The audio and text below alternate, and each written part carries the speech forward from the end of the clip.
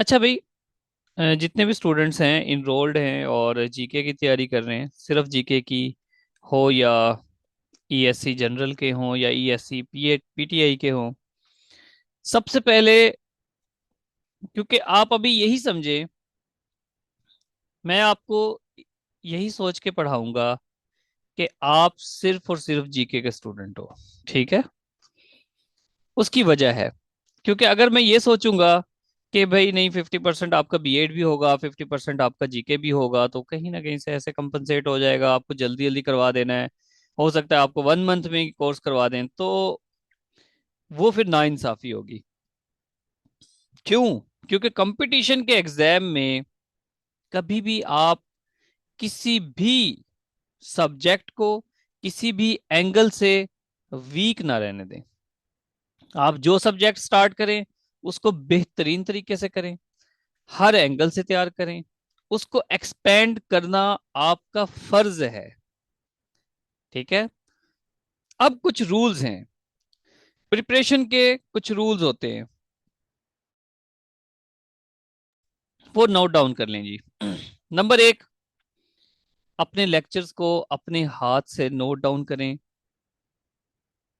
ठीक है? नोट्स बनाएं रजिस्टर पर, अपने रजिस्टर पर नोट्स बनाएं। नंबर 1।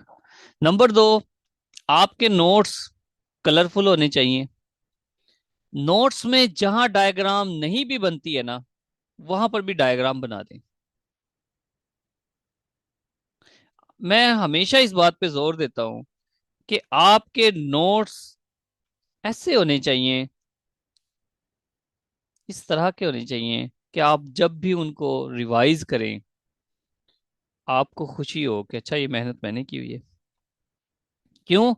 क्योंकि अगर आप 16 स्केल पे भी लग गए, इंशाल्लाह, अगर आप 16 स्केल की किसी भी सीट पर भी रिक्रूट हो जाते हो, डायरेक्ट भी हो जाते हो, तब भी आपने वो रजिस्टर नहीं छोड़ना है, क्योंकि आपको 17 स्केल का लालच होगा।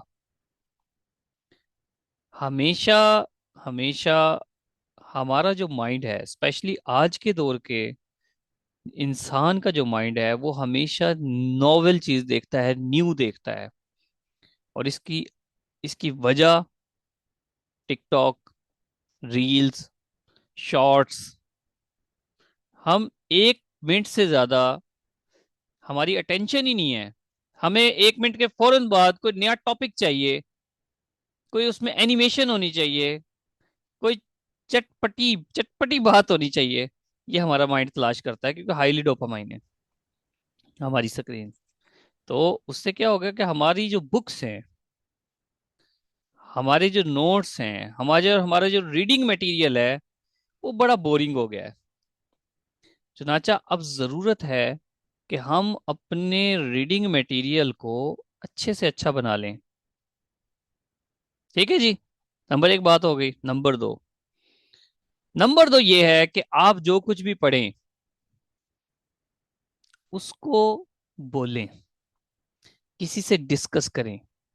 कॉम्पिटेटिव एग्जाम्स की दुनिया में ये भी एक शर्त है कि अगर आपने जो कुछ भी तैयार किया है उसको आप बोलते नहीं हो, किसी के साथ डिस्कस नहीं करते जुबानी। ठीक है? किसी से ऐसे बैठ के पूछने लग जाओ, हाँ भाई बताएं प्रीडिकेट किसको कहते हैं, खुद से बैठ के किसी के साथ सेंटेंस बनाने लग जाओ कि बताएं, ये मैंने एक बात बोली है, smoking is injurious to health, running is good for health, तो यहाँ पर रनिंग क्या है, किसी से पूछने लग जाओ। पूछने लग जाओ कि अकबर कब पैदा हुआ था, कहाँ पर पैदा हुआ था, कब उसकी डेथ हुई थी, कब उसने दीन इलाही स्टार्ट किया था। बैठ के वैसे पूछने लग जाओ। तो ये इसको हम कहते हैं डिस्कशन, जो कॉम्पिटिटिव एग्जाम्स का इंटीग्रल पार्ट है। मैं अक्सर जो भी मेरे स्टूडेंट्स हैं, जो भी ग्रुप बनता है, मैं उनको कहता हूँ कि आपस में जो फीमेल्स हैं, जिस तरह आपस में एक दूसरे को कॉल्स करें और एक दूसरे से बोलें, बात करें। क्योंकि स्पेशली जो ऑनलाइन क्लासेस लेते हैं बच्चे, वो ग्रुप में, वो घरों में होते हैं, तो वहां पर उस तरह की उनकी कंपनी नहीं होती। नंबर 3, नंबर 3, अपनी लर्निंग में क्रिएटिविटी ऐड करो। देखो मैंने फर्स्ट स्लाइड में, ये आपको हर लेक्चर में मेरी स्लाइड नजर आएगी, इसमें वर्ड मैंने डाल दिया इमेजिन। कॉम्पिटिटिव एग्जाम का स्टूडेंट अगर चीजों को इमेजिन नहीं कर सकता, एसोसिएशंस नहीं बना सकता, स्पेशली वन पेपर एग्जामिनेशन का स्टूडेंट, तो आप कामयाब नहीं हो सकते जी। चीजों को, स्पेशली जो एमसीक्यूज बेस्ड तैयारी करते हैं स्टूडेंट्स, याद रखें, जो पास पेपर को रटा लगा लगा के चल रहे होते हैं, आप एमसीक्यूज याद नहीं कर रहे होते हो, आप एमसीक्यूज आइडेंटिफाई कर रहे होते हो। मजेदार बात है। फातिमा जीना का इंतकाल कब हुआ था? तो स्टूडेंट है जो बताएगा, मोहतरमा फातिमा जिन्ना का इंतकाल कब हुआ था?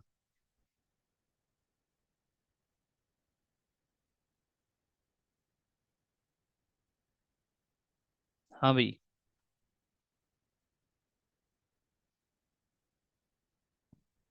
तो ये एक क्वेश्चन है, मैं वैसे देखना चाह रहा था कि किसी स्टूडेंट को पता है। 1967 में, वेरी गुड। तो अब अगर बहुत ज्यादा रिपीट होता है तो हमें याद हो जाएगा, अदरवाइज क्या होता है, हम ऑप्शंस आ जाएंगे 1965, 1967, 1970, 1977, हम उसमें से आइडेंटिफाई कर रहे होते हैं अमूमन। जब स्टूडेंट से पूछा जाता है कि इस सवाल का जवाब दें, तो वो क्या कहते हैं, सर चार ऑप्शन पूछे, मैं आपको एक बता दूंगा। तो आप ऑप्शंस को, आंसर को आइडेंटिफाई करने के बजाय याद करना शुरू करें। याद करना शुरू करें। याद करने का तरीका क्या है कि आप उसको टॉपिक वाइज सोचें, खुद को मैट्रिक और एफएससी का स्टूडेंट बना लें, सीएसएस भी हो जाएगा, यकीन करें आप। ये बात मैं शर्तिया कहता हूँ, अपने हर सेशन से वाले स्टूडेंट्स को कहता हूँ। आप अगर एफएससी, वो जो फर्स्ट एंड सेकंड ईयर, अगर एफएससी वाले स्टूडेंट्स की तरह की जितनी मेहनत कर लें जो आपने पहले कभी की होगी, आपका सीएसएस सीएसएस पूरे में इतनी मेहनत नहीं लगती। आप जरा सिलेबस उठा के देखें, सिलेबस उठा के देखें एफएससी का, केमिस्ट्री, बायोलॉजी, वो उस ग्रुप की बात कर रहा हूँ। सीएसएस में एक सब्जेक्ट के 17 सवाल कर लो, आपका सीएसएस हो जाता है। पीपीएससी को मैंने इसमें शामिल नहीं किया, वो तो पूछ लेता है नूरजहां के उस्ताद का क्या नाम है, तो उसकी कोई लिमिट नहीं है। लेकिन उसको कुछ ना कुछ बॉन्ड बना के याद करें। आपके सिनोनिम्स कितने हैं, एंटोनिम्स कितने हैं, प्रपोजिशंस कितनी है, सिनोनिम एंटोनिम्स को एसोसिएशन बना के याद करें, उसका मीनिंग क्या है। ठीक है, किसी भी वर्ड का मीनिंग, क्या मीनिंग है, एसोसिएट करें। सिनोनिम्स क्या है जो पास पेपर में पूछे हुए, वो याद करें।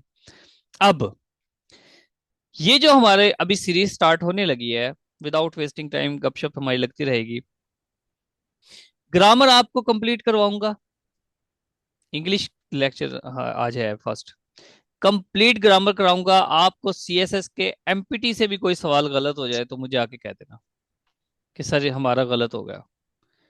ठीक है, कोई कोई एंगल ऐसा नहीं होगा जो जरूरी हो और हमने छोड़ दिया हो, शायद कोई, मतलब 95% मैं कह सकता हूँ, 5% तो फिर भी रह सकता है, पॉसिबल है। एक्टिव पैसिव, एक से एक रूल, पास पेपर के जितने क्वेश्चंस हैं, बहुत से मैं करवाऊंगा, कुछ आप करोगे, डायरेक्ट इनडायरेक्ट। पंक्चुएशन कम आती हैं लेकिन आपको करवा देंगे। कोई इसमें से क्वेश्चन ऐसा नहीं होगा जो कभी कहीं किसी भी एग्जाम में पूछा जाए और आपको ना आता हो। ना ग्रामर से रिलेटेड, ना एक्टिव पैसिव से रिलेटेड, ना डायरेक्ट इनडायरेक्ट से रिलेटेड। preposition भी जो मेजर हैं वो आपको करवाएंगे, लेकिन आपने क्या करना है, मेरे लेक्चर्स के साथ बुक ले लेनी है एक।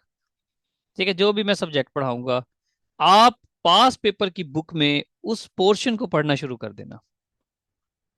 सिनोनिम एंटोनिम थोड़ी बहुत डिस्कशन कभी करेंगे कि इनको याद कैसे करना है, अदरवाइज 2025 के पेपर उठाएं। सिनोनिम, एंटोनिम, prepositions, ईडियम्स अपने रजिस्टर पर नोट्स बनाने शुरू कर दें। जब ये लेक्चर्स एंड होंगे, एक हफ्ता या 8 दिन, आपके 2019 से लेकर 2000 तक 2025 तक का इंग्लिश वाला पोर्शन खत्म हो जाना चाहिए। आपको ये लगे कि अब हमने 2025 से लेके 2019 तक के जितने भी पास पेपर है वो कवर कर लिए हैं। आप जो नोट्स बनाओगे, एक मैंने कहा कि कलरफुल बनाएं, उसमें इमेजेस ऐड करें। तीसरा पॉइंट ये है कि आपके जो नोट्स हैं, आपका जो रजिस्टर है वो कंप्रीहेंसिव होना चाहिए। जब कभी कोई पेपर सर पे आए, आपको ये पता हो कि मैंने अगर ये रजिस्टर कर लिया तो समझ लें 7 साल के पेपर हमारे हो गए। मुझे किसी बुक की जरूरत नहीं है, किसी पास पेपर की जरूरत नहीं है, तमाम की तमाम चीजें, हर चीज मेरे रजिस्टर में अवेलेबल है। इसको कहते हैं कि आपका फोकस हो जाएगा। अदरवाइज क्या होता है, आपके पास टेस्ट पॉइंट की फाइल भी होती है, आपके पास सर के लेक्चर भी होते हैं, आपके पास यूट्यूब पे किसी कोई लिंक भी होता है।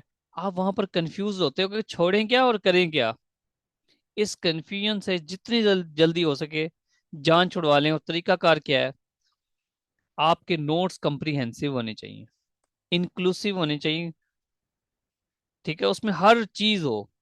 सबसे पहले लेक्चर नोट कर लें, फिर पास पेपर के क्वेश्चन उस नोट्स में ऐड कर दें, और एट द एंड अगर कोई और अच्छा मटेरियल है कहीं से मिलता है तो वो ऐड कर दें।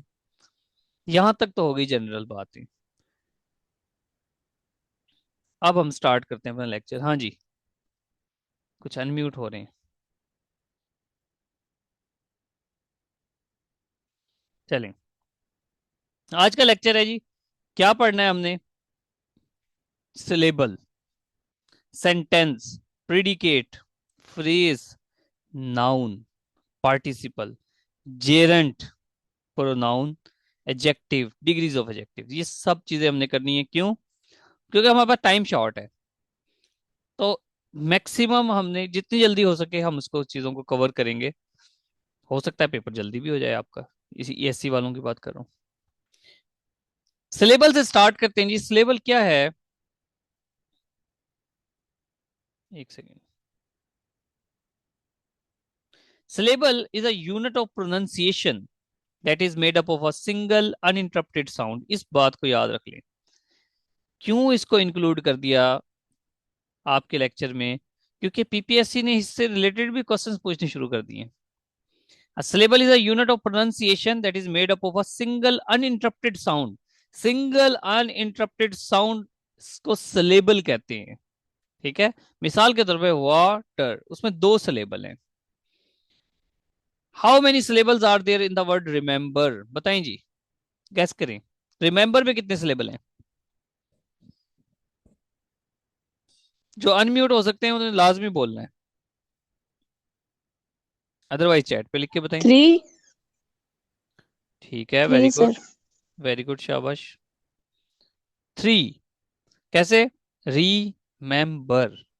अब कम्पिटेटिव एग्जाम्स में इस ये सवाल भी आ जाते हैं, तो हमने इसको भी देख लिया। ठीक है, सेंटेंस क्या होता है याद रखें जी। एक सेंटेंस वो है जिसको आप कहते हो subject verb agreement, sorry, subject verb object. Sentence अमूमन एक्सक्यूज कहा मी जाता सर। है। हाँ जी। जी, सर फोन की स्क्रीन में आपके लैपटॉप की पूरी स्क्रीन नहीं शो हो रही। और किसी को ये जूम इशू किया है? हुआ है आपने शायद। नहीं, मैंने जूम नहीं किया हुआ, मेरी तो फिट हुई हुई है। हाँ भाई, और किसी को इशू है? आप ना अपने मोबाइल को हॉरिजेंटल कर लेना। हॉरिजेंटल करें, किसी और ठीक। को इशू नहीं है। ठीक है। सेंटेंस, अब सेंटेंस अमूमन क्या होता है, हमें कहा जाता है ये बात एमसीक्यूज के लिहाज से इतनी इंपॉर्टेंट नहीं है, लेकिन जब हम ऐसे करवाते हैं तो फिर ये चीजें समझाता हूं मैं। सब्जेक्ट, सबसे पहले सब्जेक्ट, उसके बाद वर्ब, उसके बाद ऑब्जेक्ट। जनरली यही होता है। ठीक है, अहमद इज वॉकिंग।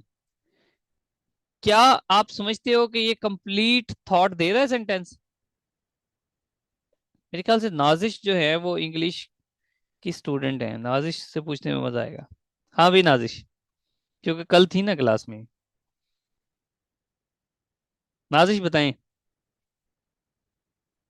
या और कोई इंग्लिश का स्टूडेंट हो तो। जी सर, सॉरी सर, मुझे पता नहीं चला। अच्छा बताएं, अहमद इज वॉकिंग, क्या ये एक कंप्लीट सेंटेंस है जो कंप्लीट थॉट दे रहा है?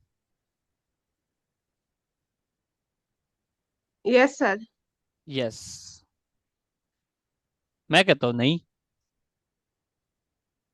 इसके अंदर थॉट क्या है? थॉट तो है ही नहीं। अहमद इज वॉकिंग, अहमद चल रहा है बस। कंप्लीट थॉट कैसी हुई? थॉट तो है लेकिन कंप्लीट थॉट नहीं है।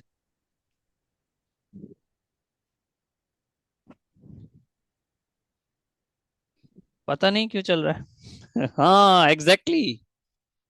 अजहर ने बिल्कुल ठीक कहा है कि पता नहीं भाई क्यों चल रहा है, कोई रीजन तो होगी ना। ठीक है, कंप्लीट थॉट जब होती है जब वो किसी क्वेश्चन का आंसर दे रहा हो कि भाई क्यों चल रहा है, कैसे चल रहा है, कब चल रहा है, why when where, to what extent. जब आपके इन सवालों का कोई सेंटेंस जवाब दे रहा हो तो उसको कहते हैं कंप्लीट थॉट है। Why, when, where, what and to what extent. What नहीं, टू व्हाट एक्सटेंट। तो जब आपके इन सवालों का जवाब दे, Ahmed is walking, Ahmed is walking in the morning, when आ गया। Ahmed is walking in the morning, Ahmed is walking, Ahmed is running to keep himself fit. ठीक है, Ahmed go to park daily, to what extent हो गया। इस तरह से जवाब देते हो तो ये कंप्लीट थॉट हो जाती है। बहरहाल मेजर पार्ट्स क्या हैं सेंटेंस के? सेंटेंस के मेजर पार्ट होते हैं सब्जेक्ट एंड प्रीडिकेट। सब्जेक्ट का सबको पता होता है, प्रीडिकेट का बाजुकात नहीं पता होता। तो प्रीडिकेट के देख लेते हैं जी। किसी भी सेंटेंस के दो पार्ट होते हैं, एक सब्जेक्ट होता है, एक प्रीडिकेट। सब्जेक्ट का मतलब तो हो गया नाउन प्रोनाउन। ठीक है, जो भी कोई बंदा कोई काम कर रहा है उसमें, तो वो होता है सब्जेक्ट। उसका सब्जेक्ट के अलावा जो कुछ भी होता है, सिंपल सी डेफिनेशन है, वो प्रीडिकेट होता है। Predicate contains the verb and other words that describe the action और state of being of the subject. यानी कि एक सब्जेक्ट है, सब्जेक्ट के अलावा जो कुछ भी है वो प्रेडिकेट है। यहाँ पर डेफिनेशन सिंपल लिखी हुई है, part of a sentence other than subject. Subject के अलावा जो कुछ भी है प्रेडिकेट है। मिसाल के तौर पे अब यहाँ के दो तीन केस हैं। एक तो सिंपल हो गया, ये एग्जांपल मैं आपको समझा देता, the dog is playing in the park. यहाँ तक डॉग के अलावा जो कुछ भी है वो प्रेडिकेट है। लेकिन हम इसके थोड़े से डिफरेंट केस भी देख लेंगे कि क्या कहाँ पे आप फंस कहाँ सकते हो एग्जाम में। तो डॉग के अलावा जो कुछ भी है प्रेडिकेट है। अगर ये थोड़ा सा लेंथी हो जाए, यानी कि दो क्लॉजेज मिल जाएं, the students studied hard and passed all their exams. जैसे इसमें दो क्लॉज हैं कि एक क्लॉज है, ये एक सेंटेंस है कि दो सेंटेंस मिले हुए हैं? सर ये दो सेंटेंस है। दो सेंटेंस हैं, क्लॉज कितनी है? सर क्लॉज एक ही है इसके अंदर। आपने उल्टा बोल दिया है। सेंटेंस एक है, क्लॉज दो हैं। जब ठीक है, जब मर्ज हो गए तो फिर एक सेंटेंस हो गया ना, दो तो ना हुए। जब दो सेंटेंस आपस में मर्ज हो गए हैं तो फिर वो एक ही सेंटेंस जी बन गया जी ना, सर। दो तो ना हुए। हाँ। ठीक है, तो क्लॉजेज का कॉन्सेप्ट पढ़ना जरूरी है, वो बाद में पढ़ेंगे कि दो डिफरेंट क्लॉजेज हैं, सेंटेंस एक है। तो ये सारा स्टूडेंट्स को छोड़ के बाकी जितना भी है प्रीडिकेट है, ये प्रीडिकेट है। नेक्स्ट, अगर दो सब्जेक्ट आ जाएं तो दोनों को छोड़ दो, ये सब्जेक्ट ही है। चाहे यहाँ पे 100 बंदे हो, कोई फर्क नहीं पड़ता। सब्जेक्ट से आगे चलो, वेंट टू द पार्क, ये आपका प्रीडिकेट है। नेक्स्ट, अब अगर दरमियान में सब्जेक्ट आ जाता है तो फिर क्या सीन होगा? वाइल द चिल्ड्रन, ये सब्जेक्ट है, निकाल दो। वर प्लेइंग आउटसाइड, सारा एंड टॉम, ये दोनों सब्जेक्ट हैं, इनको भी निकाल दो। इस तरह इसका जो प्रेडिकेट है उसकी वो ब्रेक डाउन हो गया है, लेकिन प्रेडिकेट प्रेडिकेट ही रहेगा। सब्जेक्ट चाहे दरमियान में जितने मर्जी आ जाए, सब्जेक्ट सब्जेक्ट ही है। ठीक है, क्योंकि यहां पर भी दो डिफरेंट क्लॉजेज हैं। ठीक है, यहाँ पर थोड़ा सा टच दे देता हूँ, ये दो डिफरेंट क्लॉजेज हैं। ये दो डिफरेंट क्लॉजेज थे, दोनों इंडिपेंडेंट क्लॉज। इसको आगे नेक्स्ट लेक्चर में समझेंगे अच्छी तरह से। दोनों इंडिपेंडेंट क्लॉजेस थी। ये सब्जेक्ट कॉमन ले लिया था। असल में ये क्या है, students studied hard, students passed all their exams. असल में ये इस तरह से था, दोनों का अपना अपना सब्जेक्ट था, सब्जेक्ट हमने कॉमन ले लिया। यहां पर दोनों सब्जेक्ट ही अलग हैं, और एक डिपेंडेंट क्लॉज है, एक इंडिपेंडेंट क्लॉज है। समझ आइए कि घूम गए हो? प्रिडिकेट समझ आना चाहिए, क्लॉजेस को छोड़ दो, प्रिडिकेट समझ आना चाहिए।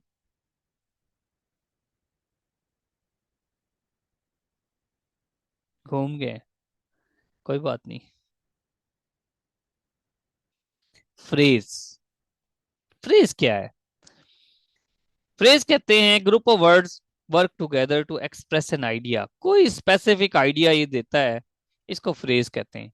इसकी खास बात यह है कि इसके अंदर सब्जेक्ट नहीं होता, ठीक है, और वर्ब भी नहीं होता। जरूरी नहीं है इसमें सब्जेक्ट और वर्ब की जरूरत ही नहीं है, ना सब्जेक्ट होता है ना वर्ब होता है।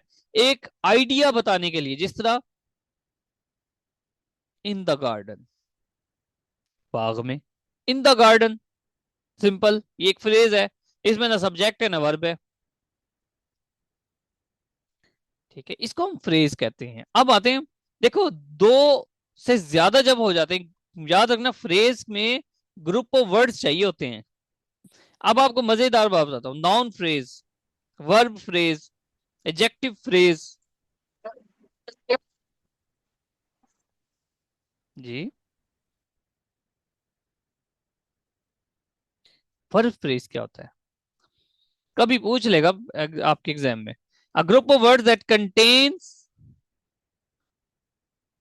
अ verb and any helping verb और मॉडल वर्ब्स, ठीक है, उनको हम क्या कहते हैं? Verb phrase. ये सिर्फ और सिर्फ वर्ब पे ही मुश्तमिल होती है, ये सिर्फ और सिर्फ वर्ब पे है। कैसे? देखो, Jamie can run 4 miles every day. अब यहां पर अगर आप सिर्फ रन की बात करो तो ये वर्ब है, यहां पर आप सिर्फ कैन की बात करो तो ये हेल्पिंग वर्ब है। लेकिन जब ये दोनों आपस में मिल जाएंगे तो ये ग्रुप ऑफ वर्ड बन जाएगा, यानी कि दो वर्ड्स मिल जाएंगे। ये दोनों वर्ड्स एक्चुअली वर्ब हैं। तो दो वर्ब मिल गए तो इनको हम कहेंगे ये वर्ब नहीं है, अब ये दो मिलके वर्ब फ्रेज बनाता है। समझ आ गई बात की? कोई सेंटेंस आप बनाओगे जिसमें वर्ब फ्रेज हो? चलिए शाबाश, जल्दी से चैट पे टाइप करें, कोई वर्ब फ्रेज वाला सेंटेंस बनाएं, जल्दी शाबाश। कोई ऐसा सेंटेंस बनाएं जिसमें वर्ब फ्रेज हो।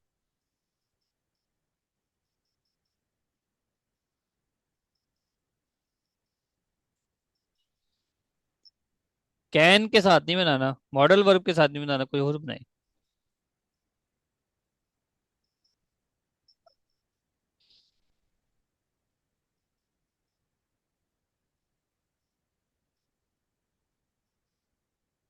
मैं भी बनाता हूँ।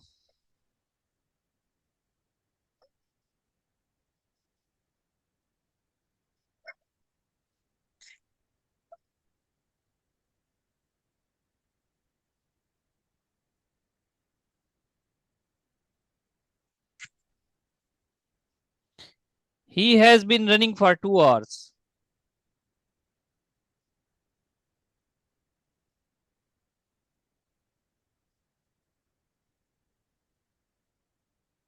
ये सारा वर्ब फ्रेज है।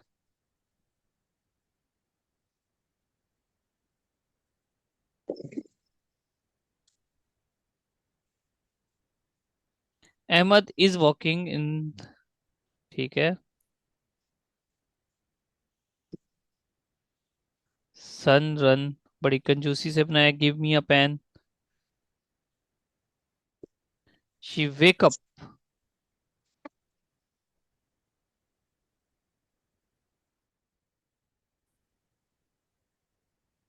ठीक है, फ्रेज बन गया ये भी। ओके जी, चले, इसका मतलब समझ आ गई आपको। नेक्स्ट चलते हैं, प्रपोजिशनल फ्रेज।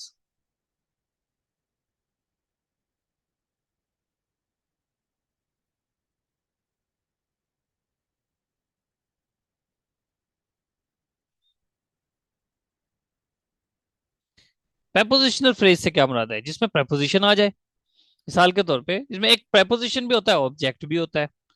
ऑब्जेक्ट के साथ preposition अटैच होती है, याद रखना, तब prepositional फ्रेज बनता है। The book on the table is mine.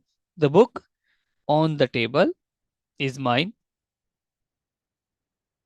जो बुक टेबल पे पड़ी है वो मेरी है। इसको हम कहते हैं prepositional फ्रेज। preposition आ गया, ठीक है, preposition के साथ कनेक्ट हो गया तो prepositional फ्रेज बन गया। ठीक है। और क्या पॉसिबिलिटी हो सकती है इसकी? सब्जेक्ट, सब्जेक्ट के साथ ऑन द टेबल।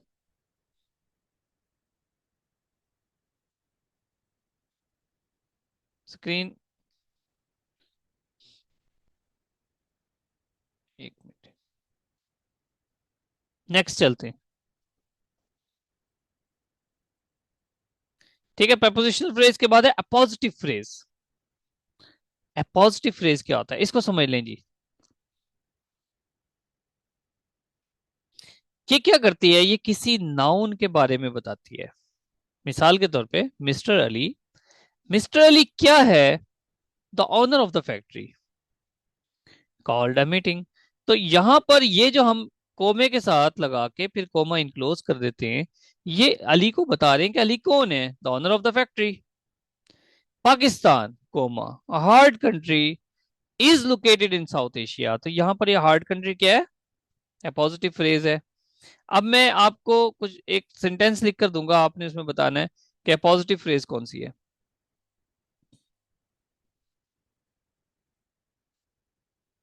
कौन है यहां पर? अक्सा।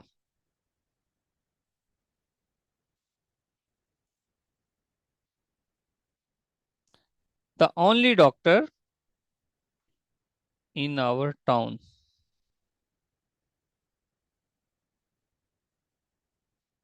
मिस्टर नवीद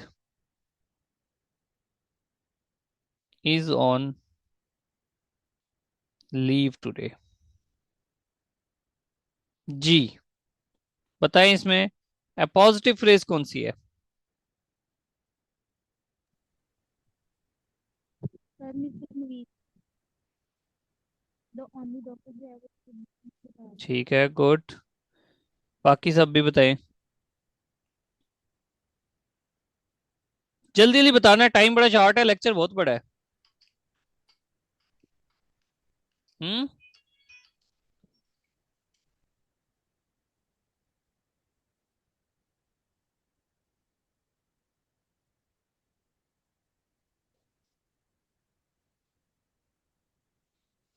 जल्दी बताएं भाई, बोल के बताएं, क्या मसला है?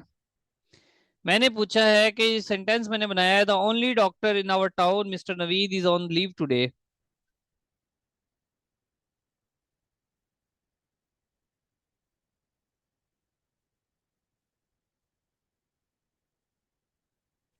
द ओनली डॉक्टर, सर इसमें यह पॉजिटिव फ्रेज है।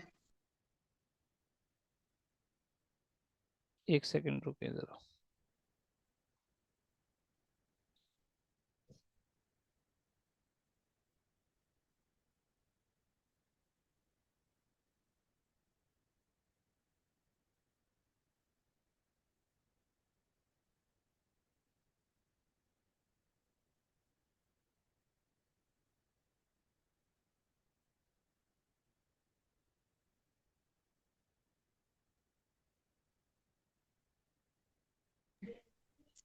सर ये पॉइंट दोबारा बता दें प्लीज।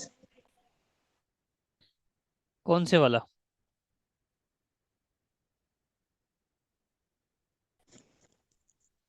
पॉजिटिव फ्रेज वाला या जो सेंटेंस लिखा है वो? सर पॉजिटिव फ्रेज दोबारा बता दें। पॉजिटिव फ्रेज किसी नाउन को एक्सप्लेन करती है। ठीक है, देखिए पॉजिटिव फ्रेज की डेफिनेशन है, पॉजिटिव फ्रेज की डेफिनेशन है कि वो किसी नाउन को एक्सप्लेन करती है। जबकि ये सेंटेंस गलत है, ये वाला सेंटेंस गलत है। ठीक है, अगर आप कहो कि मिस्टर नवीद पॉजिटिव फ्रेज है तो भाई ये गलत बात है। क्यों? क्योंकि पॉजिटिव फ्रेज तो नाउन को एक्सप्लेन करती है, ये खुद एक नाउन है। अगर आप कहो कि यहां पर ये the only doctor in our town ये पॉजिटिव फ्रेज है तो भाई ये एक्सप्लेनेशन है, तो ये कैसी एक्सप्लेनेशन है, कोमे के अंदर तो बंद ही नहीं है। तो ये पॉजिटिव फ्रेज उस सूरत में हो सकती है जब आप मिस्टर नवीद को कोमे से आजाद कर दो, यहां पर ले आओ, और नवीद के बाद कोमा लगा के the only doctor in our town लिख के फिर कोमा लगाओ और कहो इज ऑन लीव टुडे। तो इस चक्कर में नहीं आना आपने। क्लियर होगी बात? इस तरह बनती है अ पॉजिटिव फ्रेज।